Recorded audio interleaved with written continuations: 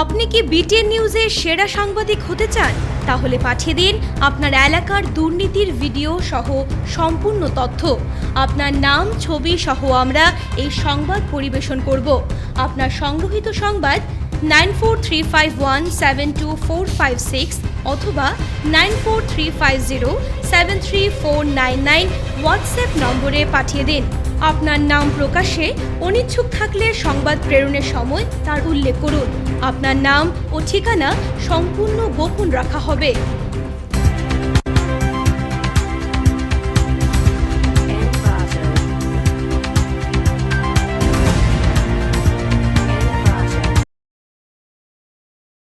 বরাক উপত্যকার বন্যা পরিস্থিতির খোঁজ নিলেন মুখ্যমন্ত্রী হিমন্ত বিশ্ব শর্মা। বন্যার কারণে ক্ষতিগ্রস্ত হওয়ার পরিপ্রেক্ষিতে মুখ্যমন্ত্রী হিমন্ত বিশ্ব শর্মা আজ স্বয়ং বন্যা পরিস্থিতির তদারকি সহ পরিচালনা বৈঠকে মিলিত হন। বন্যার কারণে সৃষ্টি ক্ষয়ক্ষতির পরিপ্রেক্ষিতে মুখ্যমন্ত্রী এনডিআরএফ এবং এসডিআরএফের পরিষেবাগুলি ব্যবহার করতে এবং সেনাবাহিনীকে উদ্ধার প্রক্রিয়ায় আরও ব্যাপকভাবে জড়িত করার নির্দেশ দেন। মুখ্যমন্ত্রী সমস্ত ত্রাণ শিবিরে পর্যাপ্ত ত্রাণ সামগ্রীর বিতরণ পয়েন্ট স্থাপন করে জেলাশাসককে ত্রাণ সামগ্রী বিতরণের উপর জোর দিতে বলেন। ত্রাণ শিবিরে 24 ঘন্টা চিকিৎসা সুবিধা দেওয়ার নির্দেশও দেন মুখ্যমন্ত্রী। বন্যার পর স্বাস্থ্যের ঝুঁকি মোকাবেলায় প্রতিটি রাজস্ব সার্কেলে বড় আকারে স্বাস্থ্য শিবিরের আয়োজন করার জন্য নির্দেশ দেন মুখ্যমন্ত্রী শর্মা। পরিস্থিতি স্বাভাবিক হলে পুনর্গঠন কাজ শুরু করতে এক সপ্তাহের মধ্যে ক্ষয়ক্ষতির রিপোর্ট জমা দিতে বললেন মুখ্যমন্ত্রী শর্মা। তিনি প্রতিটি বিষয়ে দিক নির্দেশনা করেন। প্রতিদিন 1 লাখ জলের বোতল সহ 4টি পরিশুদ্ধ জল তৈরির মেশিন পাঠানোর নিশ্চয়তা দেন মুখ্যমন্ত্রী শর্মা।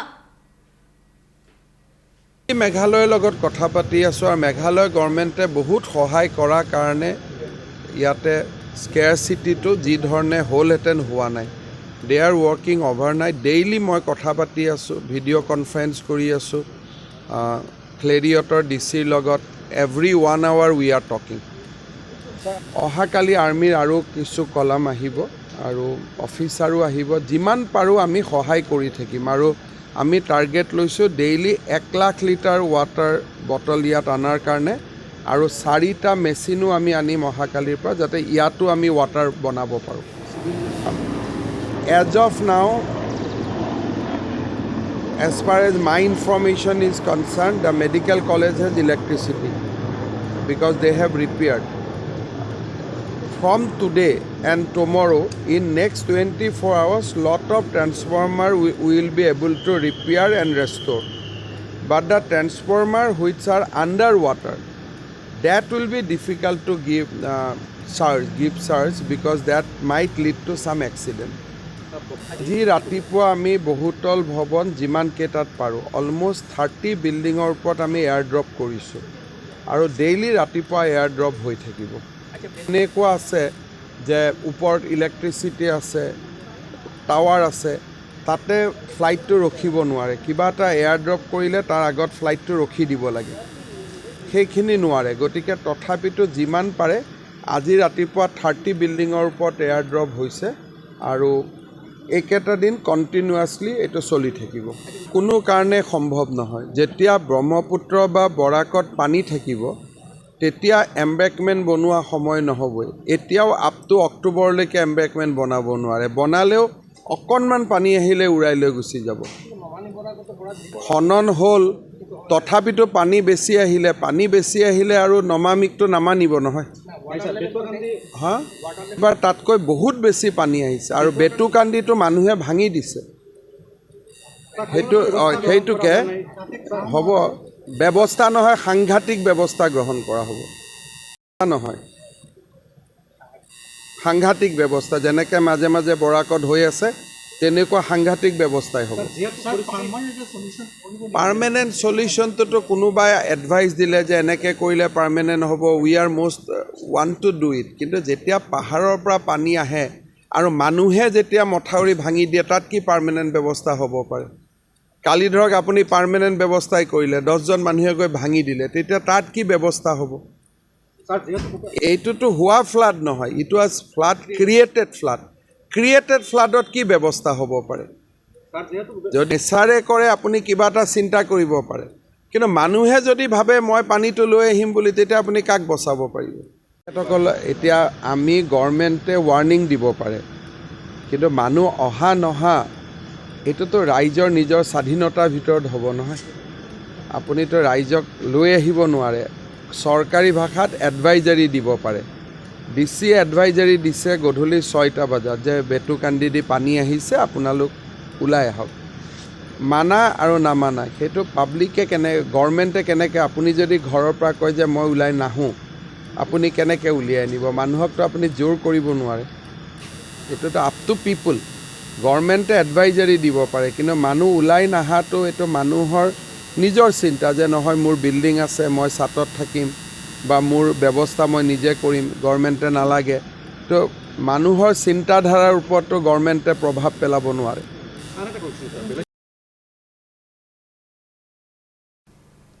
বায়ুসেনার বিমানে করে ত্রাণ সামগ্রী বিতরণ করা হয়েছে বানভাসীদের মধ্যে কাছাড় জেলার বিভিন্ন বান কবলিত এলাকায় বিমানযোগে ত্রাণ সামগ্রী বিতরণ করা হয় এ নিয়ে কাছাড় জেলা শাসক জানান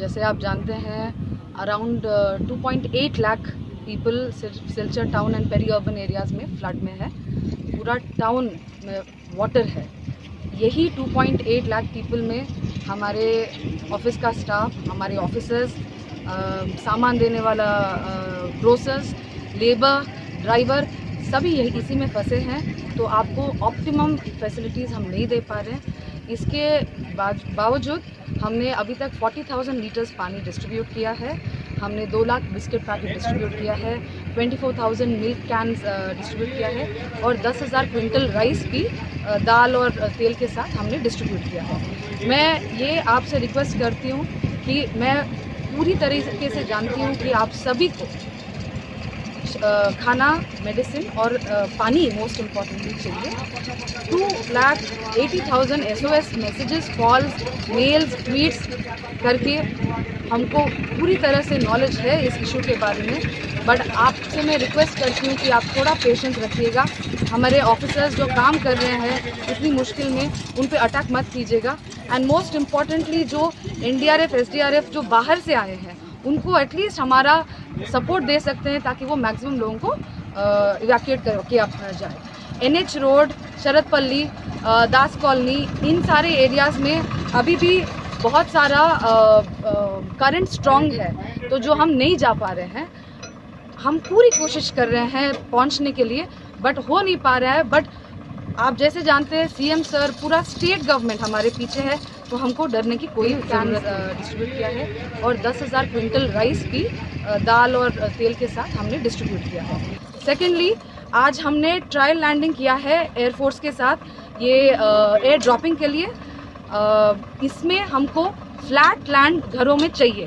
टीना उड़ जाता है तो फ्लैट लैंड बिल्डिंग्स में ही हम दे सकते हैं मैं उनको रिक्वेस्ट करती हूँ कि आप बाजू लोगों को भी थोड़ा हेल्प कर लीजिएगा हम एयर ड्रॉपिंग जब करेंगे आप कैच पकड़ने की कोशिश मत कीजिएगा पूरा रूफ खाली कर दीजिए आप घर के अंदर चले जाइएगा हमको एयर ड्रॉपिंग करने दीजिए फिर आप उस खाने को यूज़ कर सकते हैं इतना हाइट से आता है खाना आप पकड़ने की कोशिश करेंगे या किसी को लग सकता है या आप कैच करते करते कोई बच्चा पानी में गिर भी सकता है तो इसीलिए मैं आपसे रिक्वेस्ट करती हूँ जब आप एयरक्राफ्ट सुनेंगे आप ऊपर बाहर देखने के लिए मत आइएगा ट्रस्ट अस कि जो भी बिल्डिंग में ड्रॉप कर सकते हैं हम ड्रॉप करेंगे CM सर पूरा स्टेट गवर्नमेंट हमारे साथ है कोई डरने की बात नहीं है आप कोविड के टाइम पे मेरे को एक बड़ी बहन मान के आपने हम पे भरोसा किया है मैं अभी भी आपसे रिक्वेस्ट करती हूँ थोड़ा सब्र रखिएगा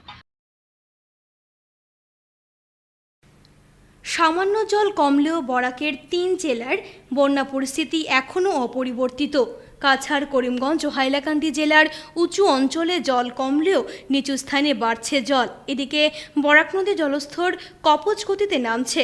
শিলচর শহরেও বৃহস্পতিবার সামান্য জল কমলেও জনদুর্ভোগ চরমে পৌঁছাচ্ছে। পানীয় জলের তীব্র সংকট দেখা দিয়েছে। বন্যায় আবদ্ধ হওয়া মানুষদের মধ্যে হাহাকার পরিস্থিতির সৃষ্টি হচ্ছে।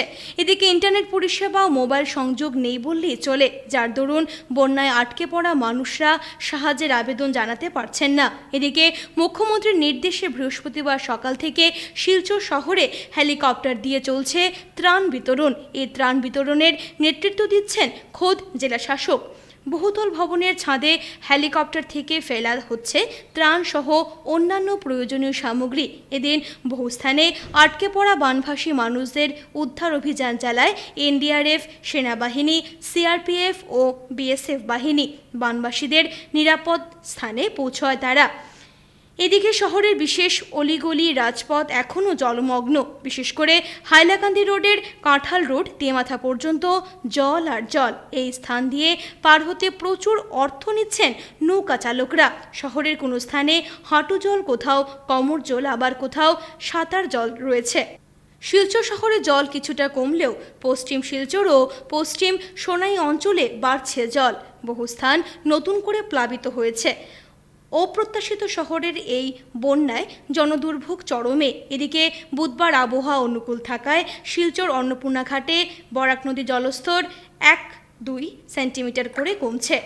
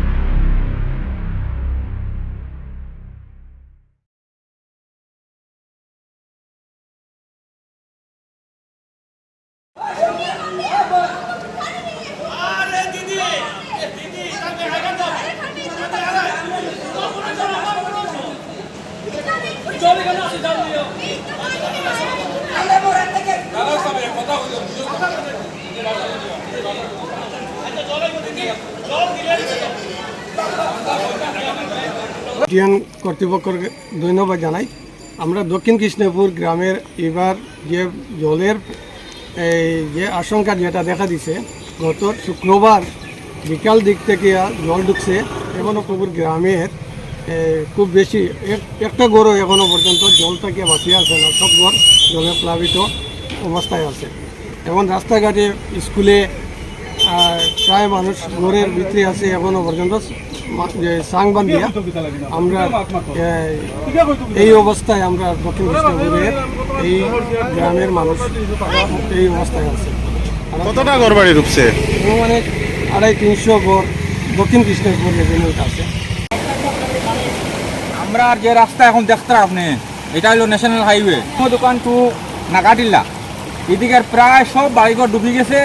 ন্যাশনাল হাইওয়ের উপরে দেখুন আপনি জার্মানি মানুষ গাড়ি, এখন মানুষ যাইতো কই, যাওয়ারও রাস্তা নাই, এই অবস্থা চলে আর হয়ে যাবো গাড়ি ভাঙ্গিয়া কই যার ওই পর্যন্ত পরিস্থিতি দাঁড়াইছে।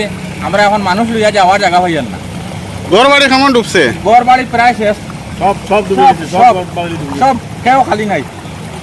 রেমো দোকানটাই নাগাটিলা দিকে কোনো ফ্যামিলি ডুবতে নাইলা নাই, সব ডুবি গেছে। রাস্তার উপরে হাঁটু জল। ওই যে আউলিয়া মসজিদের ইনো গেলে আপনি সাঁতার কাটতে হইব, এই অবস্থা চলে আমরা। বর্তমানে রোড কিটা বন্ধ নি? বর্তমানে রোড বন্ধ, অনেক গাড়ি ঘোড়া দেখো লাইনও বন্ধ করে রাখা হয়েছে, কোনো কলে গাড়ি যেতে পারে না। কত কাটা কত কিটা কীরকম মানুষ কত রিস্ক লইতো। আর মানুষের যে মার চলছে, কোনো একটা ফ্যামিলি কোনো জায়গায় কয়েকটা স্কুলও ডুবে গেছে, মানুষ নিয়ে রাখার মতো জায়গা ভাইয়ের না। আমরা এখন করতাম কিটা।